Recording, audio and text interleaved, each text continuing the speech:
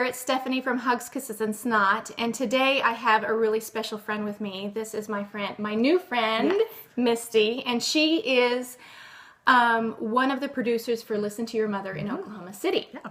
And so we have met online, and then we met in real life a couple weeks ago when we met the 2014 cast for Listen to Your Mother. And when we were kind of going around the room introducing people, and when I first met you, my thought in my head was like, man, she's like boisterous and outgoing and just like, hi, my mom would agree.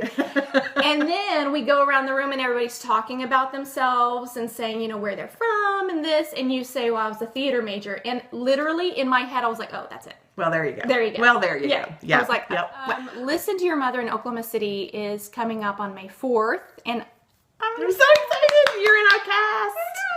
One of our awesome cast members. Yeah, so a lot of people, when I tell them about it, they're just like, what? What's that? Yeah, you get a lot of, oh yeah, I can't wait. Huh? What? So is this a play? I have to listen to your mother. Yeah. Is your mom going to be there? Yeah. What's the play about? Yeah. What's the play about? Right, I get that a lot. Yeah. I get that a lot. So tell us about Listen to Your Mother. Well, Listen to Your Mother is an afternoon based in the theater. It's a theatrical event. It's more like an open mic with real people reading their real stories along the theme of motherhood.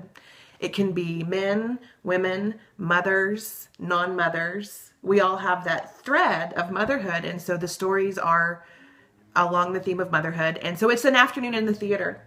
And it's a wonderful way to celebrate motherhood, to celebrate your mother.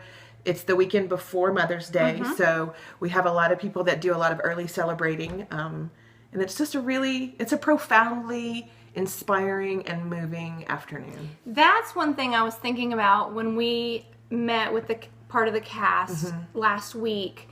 There was something that you talked about saying, these women who are in the cast are telling not only their story, but everybody else's story too. Tell me about that, because that was like, when I heard you say that, I was like, the pressure.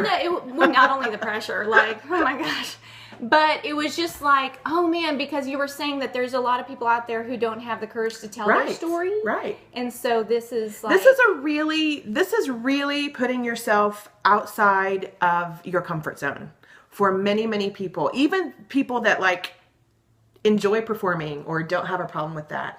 People who have a theater background, you're still reading your own personal words, your own personal stories, and there is a huge level of vulnerability that comes with that. So for even the most seasoned or the most veteran of actors or people that are theater, inclined, it's a vulnerable place. Right, because like you said, if you're a theater major, well, you're reading somebody else's words. You can be somebody else. And you're memorizing. You can be somebody else. Somebody else completely. This is you standing right there on the edge of all that you know and saying, showing everybody your secrets. Here I am. Here's my story. Please like me. And so there are, for all of the cast that we have, 32 cities nationally this year. 32 cities. With 10 to 15 stories in each city. Wow. Think of those voices. Yeah. For all of those voices, there are people in the audience that will never have that inspiration. They can't get up. Right. No matter how much they want to, they that's won't just be not able part of to. It's not part of their story. And not everybody can do it, and that's fine. So did it start with just one show? Started in Madison. Okay, and Ann Emig. Okay. She blogs at annsrants.com. She's hysterical, talented, generous, gracious, a really amazing woman who I've never met in real life, but I love her with my whole heart. But you know her. But I know her. Yeah. Wow, that's awesome. Yeah. So the next year it spread out to 5 cities. In 2012, it was 10 cities, and that's the year that I joined as a cast member in Northwest Arkansas. Okay. Then last year, we were part of 24 cities. Oklahoma City joined in. Yeah. And now 32. So it really is this amazing movement. And so women just all over the country are seeing this, probably in other cities, or their, friends or, sisters are telling about it. And so people like you and Heather and Julie, the other producers, are you just like, yeah, we need that in Oklahoma City? I mean, how did that get started in Oklahoma City? Were you just we're doing that. We can do it. So my friend, you mentioned New York. My friend, Elizabeth Robinson, lives in Brooklyn. She's a blogger. She and I were emailing one day, and she said, "Hey, I'm going to submit this piece. Would you read it? And I think you should look into this." Yeah. And so I looked into it. The closest show to Oklahoma was Fayetteville, Northwest Arkansas. Mm-hmm. And so that began my trajectory into Listen to Your Mother. And once I got cast, I thought, and was a part of it, and saw the production and saw how they give back part of their ticket sales to a local cause and just the whole national platform. I loved it. I thought, well, we have to have this in Oklahoma. Saying last year in Oklahoma, first year, like you guys sold out lickety split. You had to add seats. Sold those next 100 seats lickety split. Because I mean, were you scared? Where you were like, we didn't know what to do. Were you thinking there'll be like 20 people out in the audience? Yeah. Like, you know, we were like, how many seats do we? Husbands are gonna be. Everybody just sitting there, rolling their eyes. Crickets. Yeah. Like, I would be terrified. I would be terrified that you would put all this into it, and then you're like, please come. Well, I thought I at least know 100 people that I can guilt into coming. I've done favors for a lot of people, and I can call them all in at once if I have to. Like, you're coming to this show. Come on, it's gonna happen. And you're all bringing a friend. Exactly. Everybody gets to go to Chuck E. Cheese. I don't know. It's like stand-up. Yeah. It's like stand-up. They always say, oh, we booked you at such and such room, but you've got to bring three friends. Bring 3 friends. Yeah. Yeah. And it's a 2-drink minimum. Well, so this year's stories are really phenomenal. They are really, really phenomenal. I say every time like we've been doing this for 1,000 years. So last year and this year. Every time last year. One of the worries is, what if no one sends us a story? What if they're not any good? What if the hardest part has been saying to people, we love your story. We don't have time. We are a 90-minute show. Yeah. We do not have any more time. We have to cut it down. So you had the opposite problem. Please audition next year. And this is, I'm sure, across all the cities that proceeds go towards a local local charity. So last year was Infant Crisis Center, and this year is an organization called Remerge. Thank you. I know. Remerge, which, oh my gosh, right? Whew. Holy smokes. I mean, this was like, yes, this is what it just touched my heart so deeply when I heard about it. And we have a cast member who's been through the Remerge program. Yeah. It is women. It's focusing on women who are just on the brink of incarceration, of losing their kids. I mean, they're probably suffering from addiction. They've got whatever is going on in their life that is just pushed them to the brink. I mean, of situations that personally I can't even fathom. Right. Whatever has put them in that situation in life. Yeah. So a bunch of agencies saw that this was a problem. Oklahoma is number one in the nation for incarceration of women. Number one, Oklahoma, number one.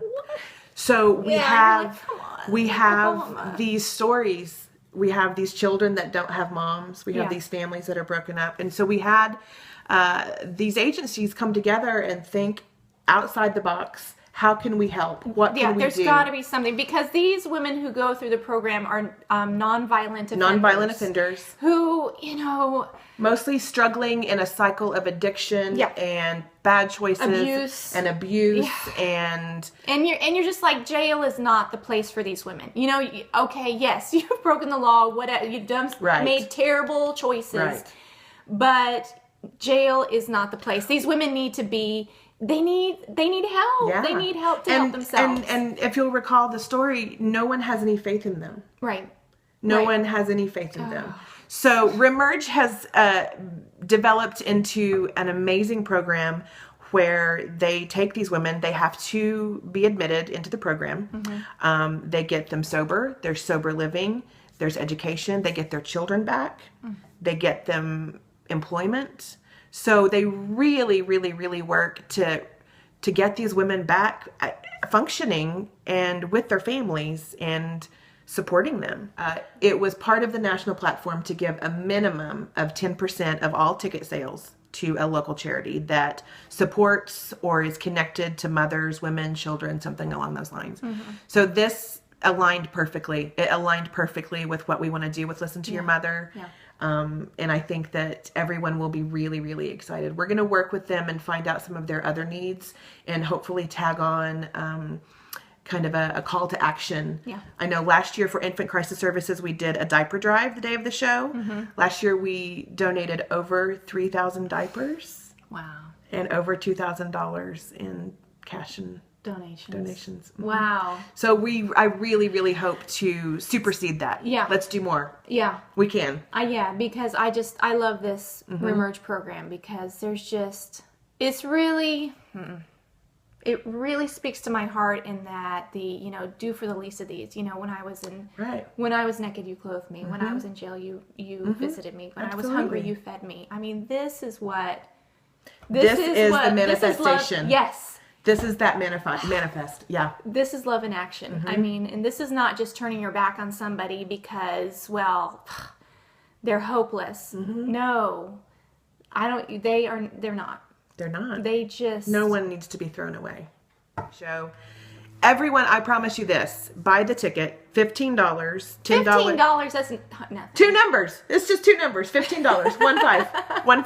That's what my nephew says. It's just two numbers. And I promise you will walk out of Will Rogers Theater profoundly moved. I promise you there's no way around it.